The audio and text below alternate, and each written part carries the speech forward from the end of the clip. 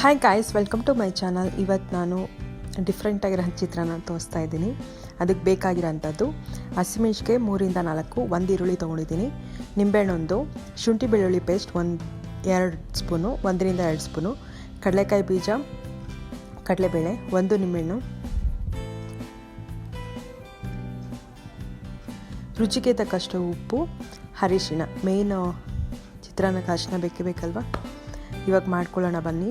First ಬಿಸಿಯಾಗಿರೋ ಬಾಣಲಿಗೆ oil ಹಾಕ್ಕೊಳ್ಳೋಣ. ಒಂದು 5-6 ಸ್ಪೂನಷ್ಟು ಆಯಿಲ್ ಹಾಕ್ಕೊಂಡು ಸಾಸಿವೆ, ಕಡಲೆಬೇಳೆ, ಕಡಲೆಬೀಜ ಹಾಕ್ಕೊಂಡು ಚೆನ್ನಾಗಿ ಕಂದು ಬಣ್ಣ ಬರೋ ತನಕ ಚೆನ್ನಾಗಿ ಫ್ರೈ ಮಾಡ್ಕೊಬೇಕು.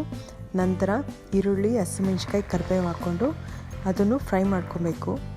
ಒಂದು 5-10 ನಿಮಿಷ ಅಷ್ಟು ಫ್ರೈ ಮಾಡಿಕೊಂಡು ನಂತರ ಇದು ಫ್ರೈ ಆದಮೇಲೆ ಶುಂಠಿ ಬೆಳ್ಳುಳ್ಳಿ ಪೇಸ್ಟ್ ಹಾಕ್ಕೋತಾ ಇದ್ದೀನಿ.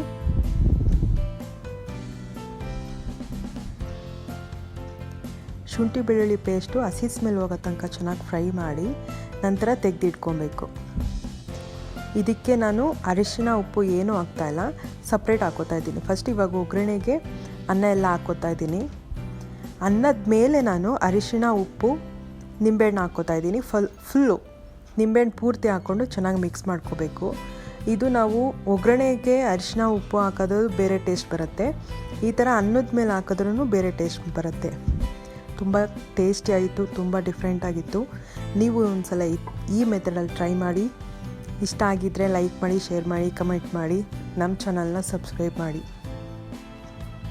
Thank you for watching.